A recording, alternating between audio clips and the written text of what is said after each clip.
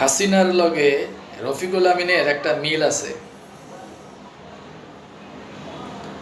আবার হাসিনার যে দালাল, সেই দালালগুলোকেও কিন্তু রফিকুল আমিনের দালালকে একটা মিল আছে।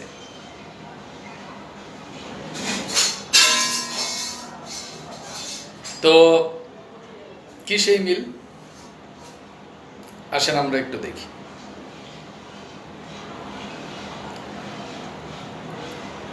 ধরেন হাসিনার যে শাসনামল, সেই শাসনামলটা যদি একটু ইভ্যালুয়েশন করেন, ধরেন সাকিব খান আর অপবিশ্বাস নায়ক নায়িকা, এদের ধরেন কি হয়েছে, গ্যাঞ্জাম লাগছে, সে ফর এক্সাম্পল, তো কার কাছে যেতে হইব?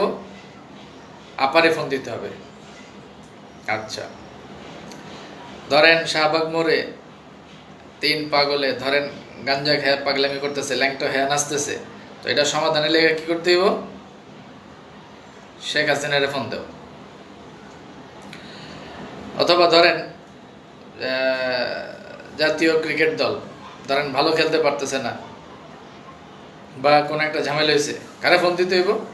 মানে শেখ হাসিনারে ফোন দিতে হইব। কিছু হইলেই মনে আছে আপনাদের, এই তাদের শাসনামলের ভিতরে বিষয়টা কিন্তু এরকম ছিল। তো কথাটা এই জন্য বললাম যে রফিকুল আমিন কেন্দ্রিক যে কার্যক্রমগুলো যারা করে, এদের ক্ষেত্রে দেখবেন কিছু হইলেই এরা খালি বলে এটাতে কি রফিকুল আমিনের অনুমতি আছে, এটাতে কি রফিকুল আমিনের অনুমতি আছে।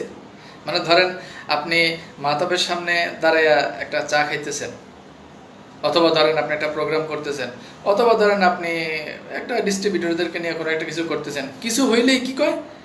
কিছু হইলেই কয় এটাতে কি রফিকুল আমিনের অনুমতি আছে, এটাতে কি রফিকুল আমিনের অনুমতি আছে। তা মানে এদের দুইজনের সিম্বলটা কিন্তু সেম।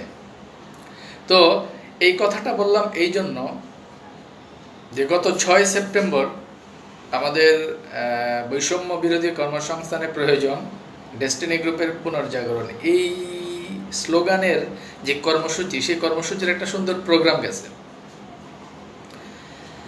তো এই প্রোগ্রামকে কেন্দ্র করেও দেখলাম এই বিভিন্নভাবে এই বিভিন্ন জায়গা থেকে কমেন্ট করতেছে, বিভিন্ন জায়গা থেকে কমেন্ট করতেছে। কি কমেন্ট? যে এটাতে কি এমডি স্যারের অনুমতি আছে, এটা কি রফিকুল আমিনের অনুমতি আছে। এই বেটা কথায় কথায় খালি রফিকুল আমিনের অনুমতির কি দরকার আছে? মানে মালিক পক্ষ অথবা বিনিয়োগকারী তাদের অবস্থান থেকে প্রতিষ্ঠানের স্বার্থ সংশ্লিষ্ট কোনো বিষয়ের জন্য যদি কোনো উদ্যোগ নেয়, তো এখানে রফিকুল আমিনের অনুমতি এই ধরনের জিকির করার কি দরকার? কেন দরকার? ওই যে আমি তো একটু আগেই উদাহরণ দিলাম যে হাসিনার ফ্যাসিবাদের মতো আর কি। যেমন হাসিনার শাসনামলে কি ছিল, কিছু হইলেই কইতো এখানে কি শেখ হাসিনার অনুমতি আছে, এটা কি শেখ হাসিনার অনুমোদন আছে। কিছু হইলেই যেরকম কইতো, মানে ওই প্রশাসনিক কোনো অবকাঠামো বলতে কিছুই ছিল না, সব ছিল হলো হাসিনা কেন্দ্রিক। তো রফিকুল আমিন কেন্দ্রিক যে দালালগুলো, এরাও যে কাজগুলো করে, এরাও প্রশাসনিক অবকাঠামো কেন্দ্রিক কোনো কিছু এরা করতে চায় না। এরা খালি কিছু হইলেই রফিকুল আমিন। আর এই কারণেই 6 সেপ্টেম্বরের যে প্রোগ্রামটা করা হয়েছে, 6 সেপ্টেম্বরের প্রোগ্রাম নিয়েও তাদের কথা হইলো এটাতে কি রফিকুল আমিনের অনুমতি আছে। মানে একদম টোটাল হাসিনার মতো যেরকম ফেসিবাদ, একদম রফিকুল আমিনেরও সেম ফেসিবাদ। তো আমরা বাংলাদেশ থেকে হাসিনারে তো খেদাই দিছি, তো সেই হিসেবে রফিকুল আমিন তো কিছুই না। এনিওয়ে, 6 সেপ্টেম্বরের যে প্রোগ্রামটা হলো, এখন এই প্রোগ্রামটা নিয়ে কিছু আলোচনা করি।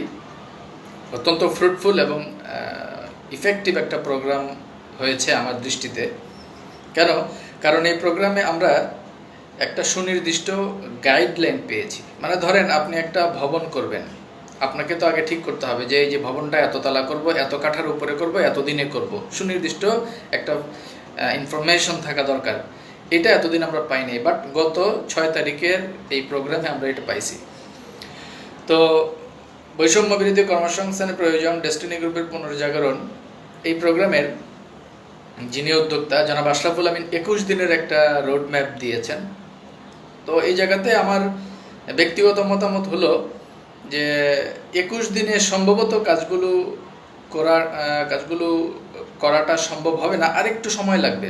আপনারা আরেকটু সময় বাড়াই নিলে মনে হয় ভালো হইতো। যাই হোক, আপনারা যদি 21 দিনে পারেন আমাদের তো সমস্যা নেই। যেমন ধরেন আপনারা 3টা উদ্যোগ নিয়েছেন, জনাব আশরাফুল আমিন যে 3টা উদ্যোগ নিয়েছেন, একটা হলো দায় মুক্তি। এই 3 সপ্তাহের ভিতরে এই সিদ্ধান্তগুলো ওনারা বাস্তবায়ন করবেন। দায় মুক্তির জন্য প্রসেস বা কার্যক্রম শুরু করা, দ্বিতীয়ত কর্মসংস্থান ফেরত, এবং তৃতীয়ত হচ্ছে যারা ভেতরে আছেন বা আইনি জটিলতার বিষয়গুলো থেকে মুক্তি পাওয়া। তো ভালো, এই 3টা বিষয় তো আমাদের বেসিক চাওয়া, এর বাইরে আসলে খুব একটা বেশি আমাদের চাওয়া নাই। তো সেক্ষেত্রে কর্মসংস্থান ফেরতের ব্যাপার বা কোম্পানি চালুর প্রক্রিয়ার ব্যাপারটার ক্ষেত্রে আপনারা 21 দিনে এটা পেরে উঠবেন কিনা এটা নিয়ে অবশ্য একটু আমি একটু সন্দিহান, হয়তো বা আর একটু সময় লাগবে, এটা আমার ধারণা। আপনারা 21 দিন না পারলেও আপনার প্রয়োজনে আরও 3 সপ্তাহ সময় বাড়ায় নেন, 6 সপ্তাহ নেন বা 9 সপ্তাহ নেন। আমার মনে হয় 21 সপ্তাহটা আপনাদের জন্য একটু কনজাস্টেড হয়ে যাবে। যাই হোক, বাকিটা আপনাদের বিষয়, আপনারা পারলে তো সমস্যা নাই। যেমন ধরেন প্রতিষ্ঠানটা চালু করতে গেলে প্রথমেই ট্রেড লাইসেন্সের ইস্যু আসে। তো আমি যতদূর জানি ট্রেড লাইসেন্স তো জনাব আশরাফুল আমিন ওনার জনাব জাকির হোসেন কিসলু ওনার নামে তো ট্রেড লাইসেন্স রিনিউ হয়েছিল। তো পরবর্তীতে হয়তো বা মেয়াদ শেষ, এখন হয়তো বা আবার রিনিউ করতে হবে, আমি যদি ভুল করে না থাকি। এটা খুব বেশি কঠিন কিছু না এবং খুব বেশি সময়ের ব্যাপারও না, এটা করে নেওয়া যাবে। দ্বিতীয়ত আপনার আরজেএসসির ব্যাপারটা আছে। যেমন আমাদের যে নতুন বোর্ডের সকলের নাম সম্বলিত আরজেএসসির কাগজটা কি আপডেট হয়েছে কিনা, এটাও তো একটা কোয়েশ্চন। এটা আমি অবশ্য ঠিক জানি না। যদি না হয়ে থাকে তাহলে তো এটা আরজেএসসি থেকে কাগজটা বের করতে হবে। আরজেএসসি থেকে যদি আর্টিকেল অফ মেমোরেন্ডামে ওনাদের নাম সহ জিনিসটা যদি রিনিউ না হয়, তাহলে আপনারা ব্যবসা কিভাবে শুরু করবেন, এটাও তো একটা বিষয় আসে। যাই হোক, এটা আপনারাই ভালো জানেন, এটা রিনিউ আপনারা করেছেন কি করেননি, বা আরজেএসসির কাগজটা হাতে আসছে কি আসে না, এটা আপনারা ভালো জানেন। তৃতীয়ত যে বিষয়, যেটা অডিট করতে হবে। অবশ্য অডিটের ব্যাপারে জনাব আশরাফুল আমিন একটা সুন্দর সমাধান দিয়েছিলেন যে 13-র পরে আমাদের খুব একটা বেশি ট্রানজ্যাকশন হয় নাই।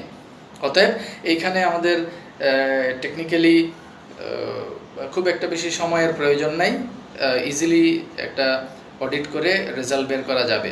তারপরে আরেকটা বিষয় আসে, এজিএম এর একটা ব্যাপার আছে।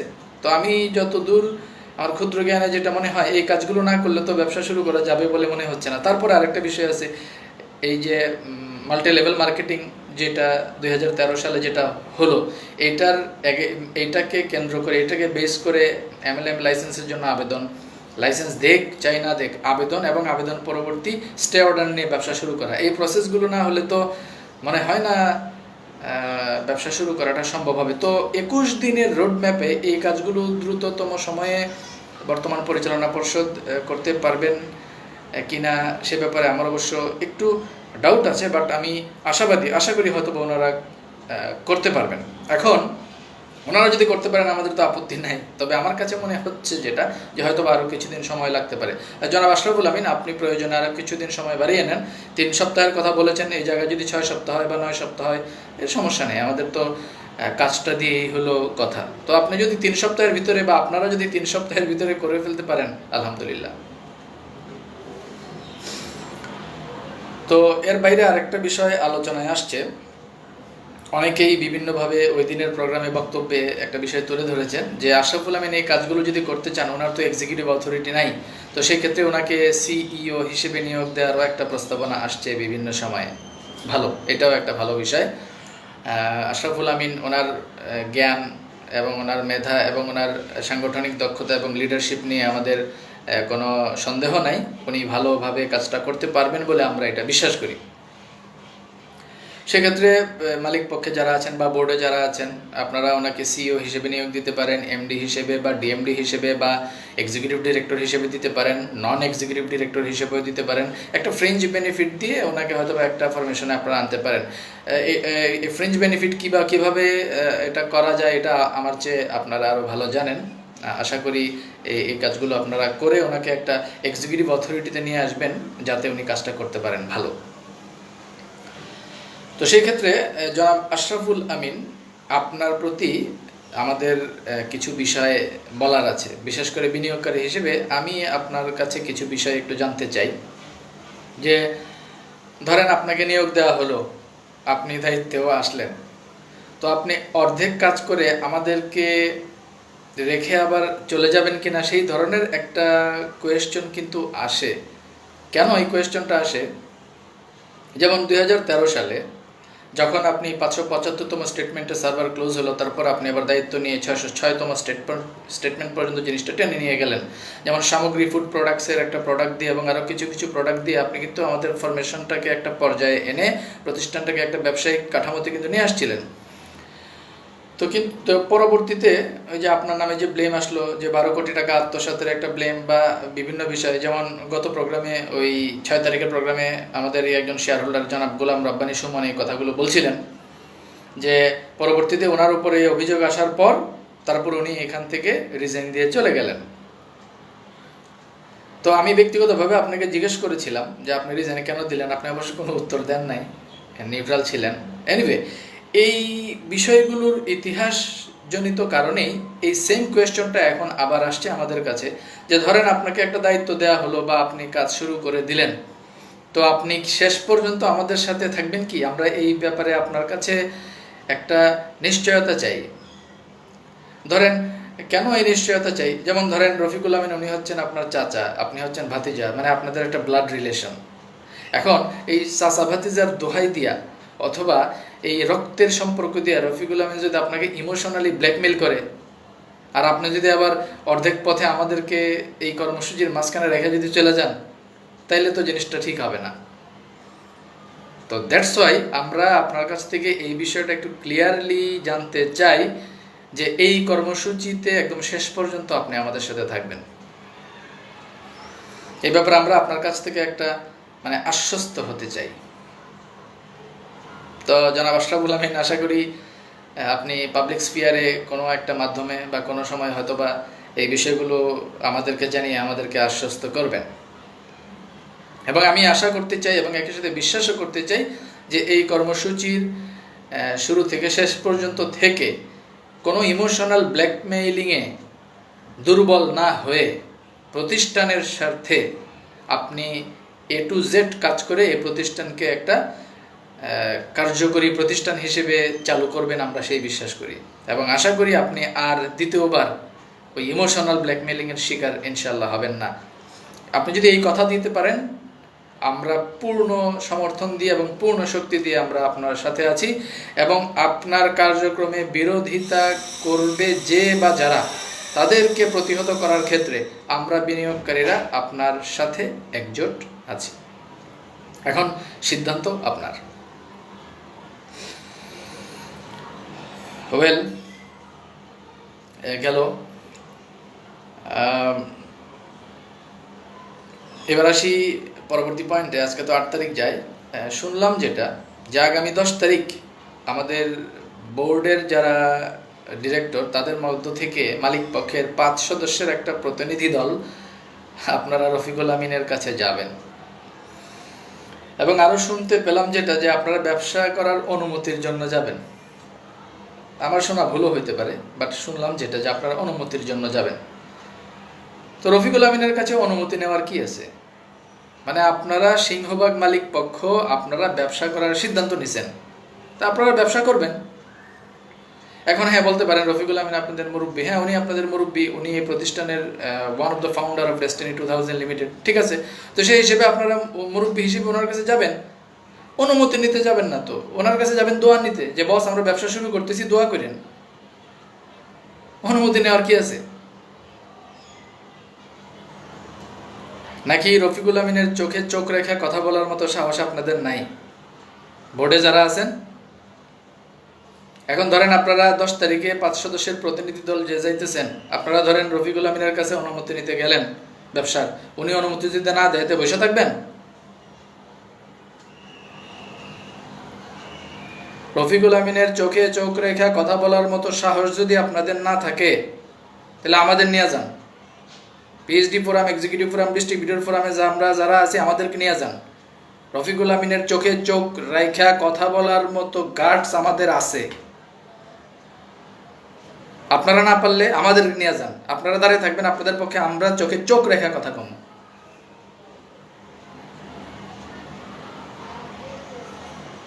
আপনারা সিংহভাগ ব্যক্তি সিদ্ধান্ত নিছেন। আপনারা জনাব আলহাজ মোহাম্মদ হোসেন উনি যদি ব্যবসার সিদ্ধান্ত নেন, জনাব লায়ন মোহাম্মদ গফরানুল হক উনি যদি ব্যবসা করতে চান, জনাব সাইদুর রহমান উনি যদি ব্যবসা করতে চান, জনাব মেজবাউদ্দিন সুমন মেজবাউদ্দিন স্বপন, উনি যদি ব্যবসা করতে চান, এবং বোর্ডে আপনারা যারা আছেন আপনারা যদি ব্যবসা করতে চান, আশরাফুল আমিন সহ যারা নতুন কর্মসূচি নিয়ে কাজ শুরু করেছেন, আপনারা যদি ব্যবসা করতে চান, তাহলে রফিকুল আমিন চায় কি না চায় তাতে কি আসে যায়? ৪৫ লক্ষ মানুষের চাওয়ার কাছে রফিকুল আমিনের চাওয়ার ২ পয়সারও দাম নেই। ৪৫ লক্ষ মানুষ যেটা চায়, সিংহভাগ মানুষ যেটা চায় সেটাই হবে। তো আশা করি ১০ তারিখে যে ৫ সদস্যের প্রতিনিধি দল আপনারা যাবেন শুনছি, আশা করি আপনারা রফিকুল আমিনের চোখে চোখ রেখে এই কথা বলার সাহস আশা করি আপনাদের আছে। যাই হোক, সেই সাহস আপনাদের আছে কি নাই সেটা তো সামনেই বোঝা যাবে। আসলে আমার ব্যক্তিগত মতামত কি জানেন, মানে বোর্ডের ডাইরেক্টর যারা আছেন আপনাদের প্রতি আমার বিনয়ের সাথে কিছু বক্তব্য। সেটা হলো, আসলে আপনাদের যে কি ক্ষমতা সেটাই হয়তো বা আপনারা এখনো বুঝতে পারেন নাই। যেই রাষ্ট্র রফিকুল আমিনরে জামিন দেয় না, সেই রাষ্ট্র আপনারে বোর্ডে বসায় বলছে ডেস্টিনি চালাও। তো আপনি তো আপনার ক্ষমতাটাই মনে হয় বোঝেন নাই। ওই যে আপনারা তো ট্রেনিং করাইতে নাম করে, যে ওই একটা ইগলের বাচ্চা, সে মুরগির বাচ্চার লগে থাকতে থাকতে সে উড়া ভুলা গেছে, উঠতে শিখা, মানে সে উঠতে পারে না। এখন বড় হওয়ার পরে সবাই কইতেছে তুমি ইগলের বাচ্চা উড়ো উড়ো, হ্যাঁ কয় না আমি উঠতে পারি না। তো আমার কাছে কেন জানি মনে হয় ১২ সালের এই ক্রাইসিসের পরে গত এক যুগে আপনারা উঠতে ভুলা গেছেন। আপনাদের কি এক্সিকিউটিভ অথরিটি রাষ্ট্র দিছে সেটা বুঝেন।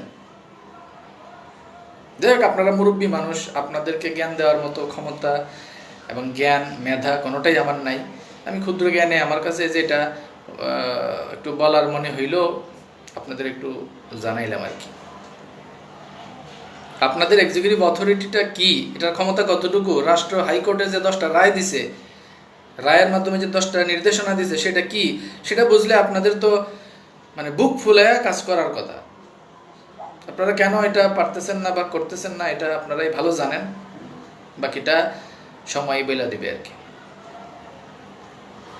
যাক, এটা দেখা যাবে সামনে কি হয়। তারপর আরও একটা বিষয়, যেটা মানে 12 থেকে যেই কাজটা হয়েছে, শ্রম, সময়, মেধা, অর্থ, এই 4টা জিনিস শুধু মামলার পিছনে ব্যয় হয়েছে। কিন্তু আসলে বিষয়টা 50-50 হওয়ার কথা ছিল, যে শ্রম, সময়, মেধা, অর্থের 50% যাবে মামলা পরিচালনার পিছে, আর বাকি 50% যাবে কোম্পানি চালুর পিছে। কিন্তু গত এক যুগে এটা হয় নাই। তো এখন আপনারা যারা মালিক পক্ষে আসছেন বা বোর্ড গঠন করছেন বা একটা ফরম্যাট যেহেতু দাঁড়াইছে, আপনাদের কাছে বিনীত অনুরোধ, আপনারা 2টা জায়গাতে প্যারালালি যদি সময় দেন আমার মনে হয় ভালো হবে। কেউ আপনার খালি মামলা নিয়ে পড়ে থাকুক, সেটাও যেমন আসলে ঠিক হবে না। ঠিক কেউ শুধু কোম্পানি নিয়ে পড়ে থাকুক, সেটাও মনে হয় ঠিক হবে না। প্যারালালি চলুক 2টা, সমস্যা কি? মানে শ্রম, সময়, মেধা, অর্থ, আমাদের এই বিনিয়োগকারীদের টোটাল শ্রম, সময়, মেধা, অর্থের অর্ধেক মামলার পিছনে ব্যয় হোক, আর অর্ধেক কোম্পানি পরিচালনার পিছনে ব্যয় হোক। প্যারালালি 2টা জিনিস চলুক। I think it would better for Destiny 2000 limited, এবং 45 লক্ষ মানুষের জন্য এটা উপকারী। এবং বর্তমানে শীর্ষ নীতি নির্ধারণী মহল যারা আছেন, আশা করি আপনারা আমাদের এই আবেদনটুকু গ্রহণ করবেন। এরপরে দেখেন, এই আমাদের বিনিয়োগকারীদের ভিতরে এক ধরনের চাওয়া আছে, চাওয়াটাই তো ভুল। কি আমরা কি চাই? আমরা চাই ডেস্টিনির মুক্তি। আরে ভাই, ডেস্টিনির মুক্তি তো হয়ে গেছে। রাষ্ট্র বোর্ড করে দিয়া আপনারে ব্যবসা করার অনুমতি দিয়ে দিছে, তো ডেস্টিনির মুক্তি তো হয়েই গেছে। রফিকুল আমিনের মুক্তি বা চেয়ারম্যান মোহাম্মদ হোসেন বা অন্যান্য যারা, তাদের মুক্তি বাকি। তো তাদের মুক্তি আর ডেস্টিনির মুক্তি তো এক বিষয় না, দুটো তো আলাদা। কিন্তু এটারে পেঁচাইলা হয়েছে কি, রাষ্ট্র চাইতেছে যে আপনি হাইকোর্ট অ্যাপয়েন্টেড বোর্ডের নেতৃত্বে ব্যবসা করেন, আর আপনি চাইতেছেন রফিকুল আমিনের নেতৃত্বে ব্যবসা করতে। তো আপনার চাওয়ার সাথে রাষ্ট্রের চাওয়াই তো সাংঘর্ষিক। মানে রাষ্ট্র যা চায় সেই চাওয়ার সাথে আপনার চাওয়াটাই তো সাংঘর্ষিক। আপনি রাষ্ট্রের সাথে সাংঘর্ষিক চাওয়া নিয়ে বৈশা আপনি সমাধান আশা করবেন? রাষ্ট্র আপনারা বলছে বোর্ডের নেতৃত্বে ব্যবসা করেন, আর আপনি বলতেছেন রফিকুল আমিনের নেতৃত্বে ব্যবসা করবেন। এর লিগেই হয় না। এভাবে চলতে থাকলে জিন্দিগিতেও ব্যবসা হবে না। এই জন্য এই নতুন বোর্ডের নেতৃত্বে ব্যবসা শুরু করার সিদ্ধান্ত যত দ্রুত সম্ভব সবাইকে নিতে হবে, এবং অলরেডি অনেকেই নিতেছে। ওই রফিকুল আমিনের কিছু বেকুব দালাল ছাড়া এগুলো বসে আছে, বসে থাক, সমস্যা নেই। আর এই মুহূর্তে ওই যে অনেকে বলতেছেন 40,000, 50,000, 1 লাখ 2 লাখ লোক জড়ো কইরা হ্যান কইরা তেন কইরা এইসব ফাও কাম কাজ ভাই কইরেন না। আমাদের ফিল্ড ওয়ার্কের কাজ শেষ, আমাদের এখন টেবিল ওয়ার্কের কাজ।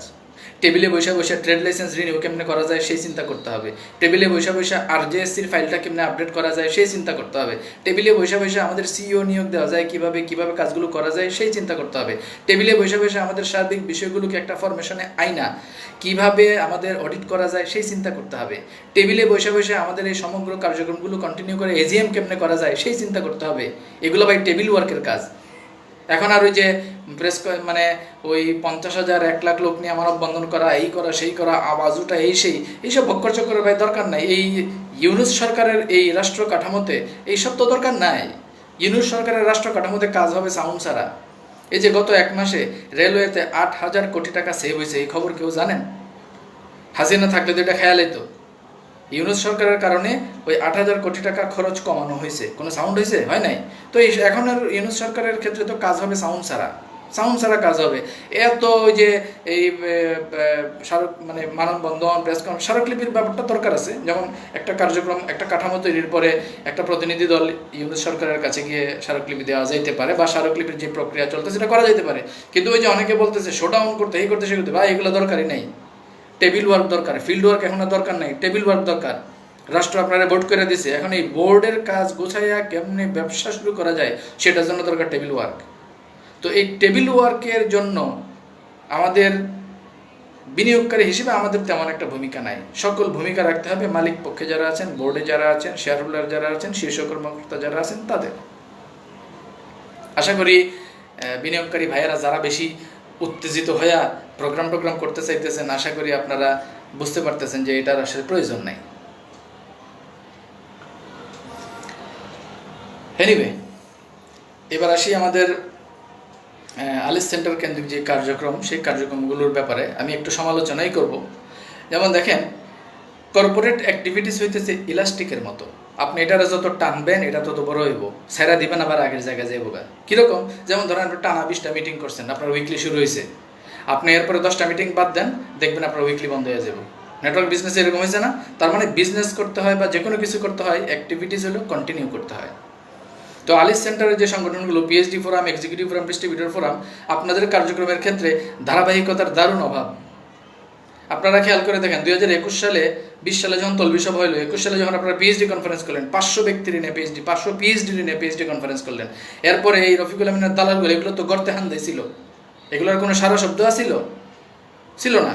আপনারা ডায়মন্ড কনফারেন্স শুরু করলেন জেনারেল হারুন এবং শামসুল হক ভূঁইয়া ওনাদের নেতৃত্বে, তো সব তো গর্তে ঢুকে গেছিল এই দালালগুলো। এরপরে আপনারা যখন কার্যক্রমে ভাটা দিলেন বা আপনাদের ধারাবাহিক কার্যক্রম বন্ধ হয়ে গেল, এইবার আস্তে আস্তে সেগুলো মাথাবে এসে আসন গেল। এরপরে এই যে এখন আবার এই যে প্রোগ্রাম এখন এগুলো আবার একটু সাইডে আসছে। আপনাদের 21 সালের কার্যক্রম, তলবি সভা এবং PhD কনফারেন্স পরে এগুলো তো সব হারাই গেছিল। তো ধারাবাহিক কার্যক্রম নাই বিধায় এগুলো আবার আসার সুযোগ পেয়েছে দালালগুলো। তো এখন আপনারা আবার কার্যক্রম শুরু করছেন, আপনাদের প্রতি বিনীত অনুরোধ যে আপনারা এখন এই কার্যক্রমটা ধারাবাহিক রাখেন এবং সুনির্দিষ্টভাবে আপনাদের কার্যক্রম শুরু করেন। সুনির্দিষ্ট হওয়াটা খুবই জরুরি। ধরেন আপনারা আজকে মিটিং করলেন, 2 দিন পর আবার একটা মিটিং, কবে কোন সময় কি মিটিং করতে চান, সুনির্দিষ্ট কোনো রোডম্যাপ, কোনো ফরম্যাট তো নাই। আপনারা একটা স্পেসিফিক মিটিং শুরু, যেমন ধরেন প্রতি অমুক দিন বা প্রতি অমুক বার এতটা সময় মিটিং শেষ, ঝামেলা শেষ, ফিক্সড। তাহলে ওই সময় সবাই যেই কাজে ব্যস্ত থাকুক, ওই সময়টা সবাই সময় আলাদা রাখবে, রেখে মিটিংয়ে আসবে। এরকম ধারাবাহিকভাবে আপনাদের মিটিং থাকা চাই। এবং আপনাদের অনেকের বক্তব্য আমি একটু অবাক হই, অনেককেই আমি যখন মিটিংয়ের কথা বলি তো বা বলতাম, তখন বলতেন যে ভাই এখন মিটিংয়ের জন্য ডাইকা কী লাভ, কী কম সেটা ডাইকা। আজব তো ভাই, মিটিং করে কি মানুষ আপডেট দেওয়ানোর লেগা? মিটিং করে হলো সাংগঠনিক কাঠামোটারে ধরে রাখার লেগে। গত 15 বছর 16 বছর ধরে বিএনপি তো রাষ্ট্র ক্ষমতায় নাই, তো বিএনপি কি মিটিং মিছিল বন্ধ করে বসে আছে যে আমরা তো ক্ষমতায় নাই, ক্ষমতায় আইসা লই তারপরে মিটিং করবো, এই কথা বলে না। অথচ আপনারা কি বলতেন, এখন তো শুরু করছেন মিটিং ভালো, কিন্তু ওই যখন মিটিং ছিল না কি করতেন, যে ভাই মিটিংয়ে মানুষের ডাইকা কী লাভ, ডাইকা কী কমো, কোনো আপডেট যদি না থাকে মিটিংয়ে ডাইকা তো কিছু কনের নাই। আরে ভাই মিটিংয়ে টাকা হয় মানুষকে আপডেট দেওয়ানোর লেগে না, একসাথে বসে 10টা মানুষ চা খাইবো, একসাথে 10টা মানুষ একটু ভাব বিনিময় করবো, এটাই তো সাংগঠনিক শক্তি, যেটা আপনারা কন্টিনিউ এতদিন করেন নাই। তো আশা করি এখন আবার শুরু করছেন এবং আশা করি আপনারা এটা ধরে রাখবেন। এইটা যদি আপনারা ধারাবাহিকভাবে ধরে রাখেন দেখবেন এই দালাল গোষ্ঠী যেগুলো আছে এগুলো গর্ত লুকানোর জায়গা পাইব না। আর আমি এখন আশাবাদী এই জন্য যে যেহেতু আশরাফুল আমিন উনি বৈষম্য বিরোধী কর্মসংস্থানের প্রয়োজন ডেস্টিনি গ্রুপের পুনর্জাগরণ এই যে স্লোগান টেনে এই জন্য কাজ শুরু করছেন। দেখেন কত 13 তারিখ না 14 তারিখ ওনারা কাজ শুরু করছেন, 1 মাসও হয় নাই, দেখেন কি একটা কাঠামোগত অবস্থান তৈরি হয়ে গেছে। এখন এই কাজটা যদি কন্টিনিউ করা হয় 6 মাসের ভিতরে দেখবেন টোটাল নিয়ন্ত্রণ আপনাদের হাতে চলে আসবে, দালাল গোষ্ঠী ধারে কাছেও থাকবে না। কিন্তু আবার যদি গ্যাপ দেন তাহলে ওই যে রাবারের মতো ইলাস্টিকের মতো টানসেন বড় হয়েছে ছেড়ে দিচ্ছেন আবার আগের জায়গায় যাবো গা। তো আলিস সেন্টার কেন্দ্রিক যে সংগঠনগুলো আছেন PhD forum, executive forum, distributor forum যারা আছেন, আশা করি আপনারা আপনাদের মিটিংটা কন্টিনিউ রাখবেন, ধারাবাহিকভাবে কন্টিনিউ রাখবেন, এটা আমরা আশা করছি।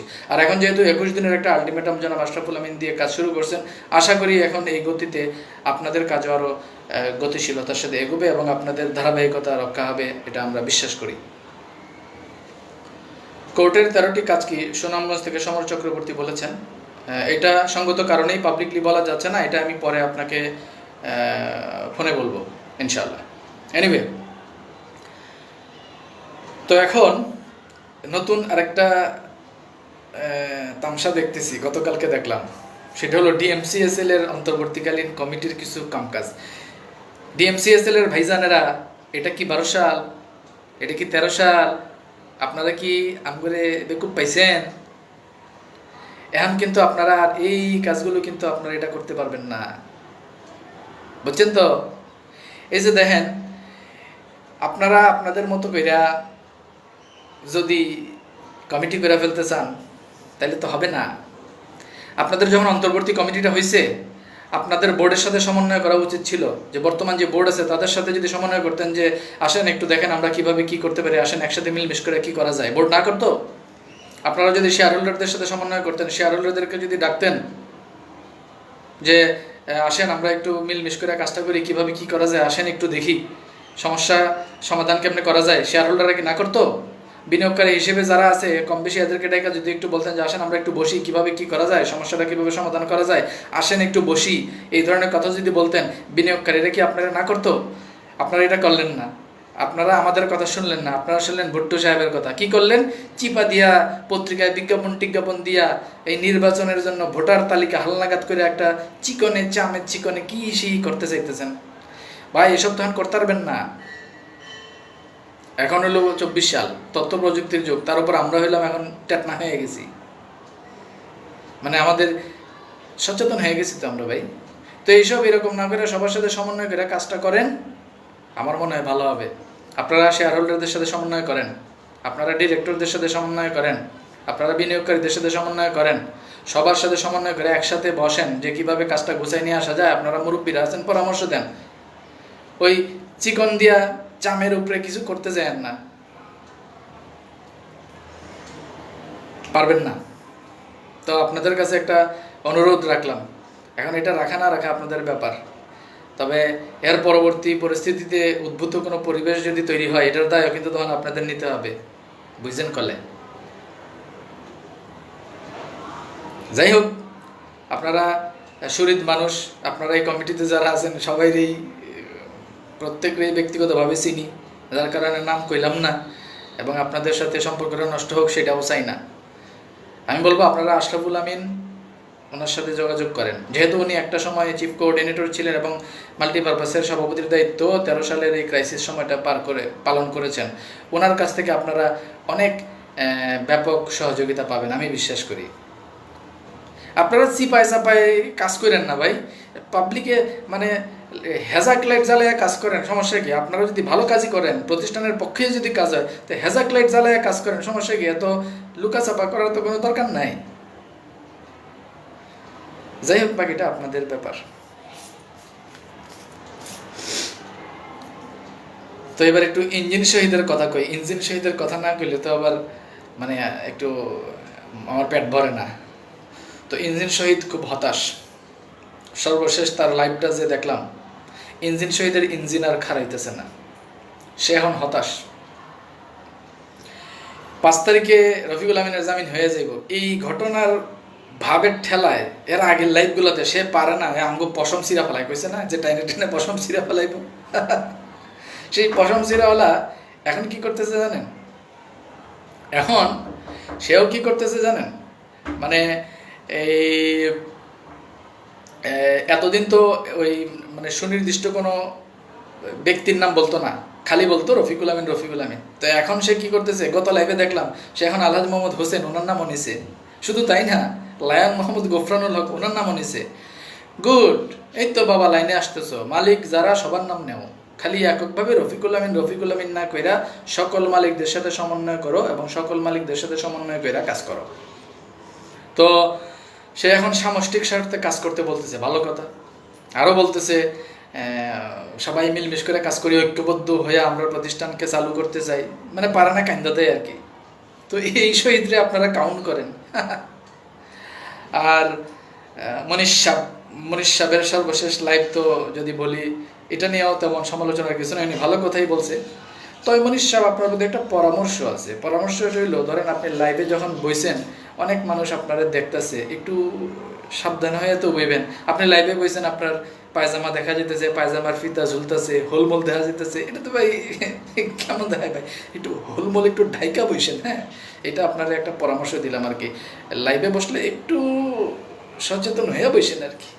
এছাড়া বাকি সব ঠিক আছে, আপনি চালাই যান। আপনার এখন কথার ভিতরে ঐক্যবদ্ধ ভাব আছে, চালাই যান। আর ইদানিং অনেকেই আমাকে ওই বিভিন্ন জায়গায় কমিটির দায়িত্বের কথা বলতেছেন, বা বিভিন্ন গ্রুপে অ্যাডমিনের দায়িত্ব দিতে চাইতেছেন। আপনাদের প্রতি বিনয়ের সাথে বলতে চাই যে আসলে দেখেন, আমার এইসব পদ পদবি বা এইসব দায়িত্ব দেওয়ার দরকার নাই। কেন নাই? কারণ আমি ফ্রিল্যান্স কাজ করতে পছন্দ করি। ওই বিভিন্ন দায়িত্ব বা পদ পদবি না দিলেও আমি কাজ করবো, সমস্যা নেই। পদ পদবি না দিলে যারা কাজ করব না, হ্যাগরে পদ পদবি দেন, আমার দেওয়ার দরকার নেই। আপনাদের প্রতি বিনীত অনুরোধ, আমার মতো করে কাজ করতে দেন। আশা করি আপনারা আমার এই আবেদনটুকু রাখবেন। সংগঠনের উদ্দেশ্যে বক্তব্য আর বিনিয়োগকারীদের উদ্দেশ্যে বক্তব্য দিয়ে শেষ করব। আমি প্রতি লাইভে এটা বলার চেষ্টা করি, কারণ একসাথে দীর্ঘ এক যুগ সংগঠনগুলোর সাথে আমরা একসাথেই ছিলাম, যার কারণে শুভাকাঙ্ক্ষী হিসেবে আপনাদেরকে পরামর্শ দেওয়ার চেষ্টা করি। দেখতেছি যে বাম্বু খাইতে যেতেছেন, এই কারণে বারবার বলার চেষ্টা করি, আজকেও আবার বলি। সংগঠনে আপনারা যারা আছেন, আপনারা দেখলাম যে বিভিন্নভাবে বিভিন্নজন আবার একটি মিটিং ফিটিং করার চেষ্টা করতেছেন। আসলে লেটেস্ট যেই জিনিস, সেই জিনিসের কাছে ব্যাকডেটেড কোনো জিনিস তো পাত্তা পাবে না। এখন লেটেস্ট জিনিস হইতেছে ডেস্টিনি 2000 লিমিটেড, যেটা চালুর প্রক্রিয়াধীন। তো আপনারা এখন ডেস্টিনি 2000 লিমিটেডের ব্যানারের নাম প্রোগ্রাম করবেন বা আইসা অ্যাটেন্ড করবেন। ওই পূর্বের ব্যানারগুলো নিয়ে এখন কাজ করতে চাইলে খুব একটা বেশি হালে পানি পাইবেন না। তো মানে যখন যেটা লেটেস্ট তখন সেটা ধরতে হয়। তো সেই জায়গায় আপনাদের কাছে আমি অনুরোধ করব যে আপনারা মালিক পক্ষে হিসেবে রফিকুল আমিনের সাথে লিয়াজও করতেছেন, ভালো। আলহাজ মোহাম্মদ হোসেন ওনার সাথে করতেছেন কিনা জানি না, না করলে করেন। লায়ন মোহাম্মদ গোফরানুল হক, সাইদুর রহমান, মেজবাউদ্দিন স্বপন সহ আরও যারা মালিক পক্ষ আছেন, আশরাফুল আমিন সহ আরও যারা এই বৈষম্য বিরোধী কর্মসূচির উদ্যোক্তা আছেন, সকলের সাথে লিয়াজও করেন। নতুন বোর্ডের সাথে লিয়াজও করেন। PhD forum, executive forum, distributor forum, সকলের সাথে লিয়াজও করে কৌশলে, আন্তরিকতার সাথে এবং ভালোবাসা দিয়ে আপনাদের এই গত এক যুগের শ্রম, সময়, মেধা, অর্থের সঠিক স্বীকৃতি আদায় করে নেন। এখনো সময় আছে। আমি শুভাকাঙ্ক্ষী হিসেবে বইলা যেতেছি, বাকিটা আপনাদের ব্যাপার। আর বিনিয়োগকারীদের ক্ষেত্রে বলবো যে চোখ কান খোলা রাখতে হবে এবং সবার কর্মসূচি দেখতে হবে। আশরাফুল আমিন কী কর্মসূচি নিচ্ছেন সেটাকেও দেখতে হবে, নতুন বোর্ড কী কর্মসূচি নিচ্ছে সেটাকেও দেখতে হবে, PHD forum, executive forum, distributor forum কী কর্মসূচি নিচ্ছে সেটাকেও দেখতে হবে, ইঞ্জিন শহীদ কী লাইভ করে সেটাও দেখতে হবে, আমাদের সিরামনির কী লাইভ করে সেটাও দেখতে হবে। হাসান শাহ, ও ছাগলের হাসানের কথা বলতে তো ভুলে গেছি, ওই যে আউট অফ সিলেবাসের বাইরে তো হেলে গিয়ে মনেই নেই। যাই হোক, সেও কিন্তু এখন লাইনে চলে আসছে, উল্টাপাল্টা কিছু আর কয় না। এখন খালি ওই যে ওই মাইক লয়ে খালি ঘুরে এখন সাংবাদিক হয়ে গেছে আর কি। যাই হোক, দৈনিক ডেস্টিনি নিয়ে আমার সামনে কিছু কামকাজ আছে, এটা পরে। আগে আমাদের প্রতিষ্ঠান ডেস্টিনি 2000 লিমিটেডকে একটা ফর্মেটে আইনা লই, এরপরে এটা। তো হাসান সাহেব এখন লাইনে এসে পড়ছে, তারা নিয়েও তেমন কিছু করার নাই, জাস্ট মনিটরিংয়ে রাখেন। আর সার্বিকভাবে সবার কাজকর্ম দেখার পরে প্রতিষ্ঠানের জন্য যেটা উপকারী, নিজের স্বার্থে যেটা প্রয়োজন, সেই কাজটুকুই শুধু করেন। এবং আমি ব্যক্তিগতভাবে বলবো, এই মুহূর্তে আমার কাছে টু দ্য পয়েন্টের সবচেয়ে ইফেক্টিভ অ্যাক্টিভিটিস হচ্ছে বৈষম্য বিরোধী কর্মসংস্থানের প্রয়োজন, ডেস্টিনি গ্রুপের পুনর্জাগরণ, এই কর্মসূচিটা। এবং আমি ব্যক্তিগতভাবে এই কর্মসূচির সাথে ওতপ্রোতভাবে আছি এবং সমর্থনও দিই এবং শ্রম সময় দিয়েও আমি এই প্রতিষ্ঠানটাকে বা এই কর্মসূচির সাথে একাত্মতা পোষণ করছি। তো সেক্ষেত্রে আপনারাও ব্যক্তিগতভাবে চাইলে এই কর্মসূচিটাকে সমর্থন করতে পারেন। তো আজকের মতো আপডেট এতটুকুই। সবাই ভালো থাকবেন। নেক্সটে কোনো একটা অ্যাক্টিভিটিস বা কোনো কর্মসূচি বা কোনো কার্যক্রম থাকলে ওইটার ইভ্যালুয়েশন নিয়েও আমরা ইনশাল্লাহ প্রয়োজন হলে আবার লাইভে আসবো। সবাই ভালো থাকবেন। আসসালামু আলাইকুম।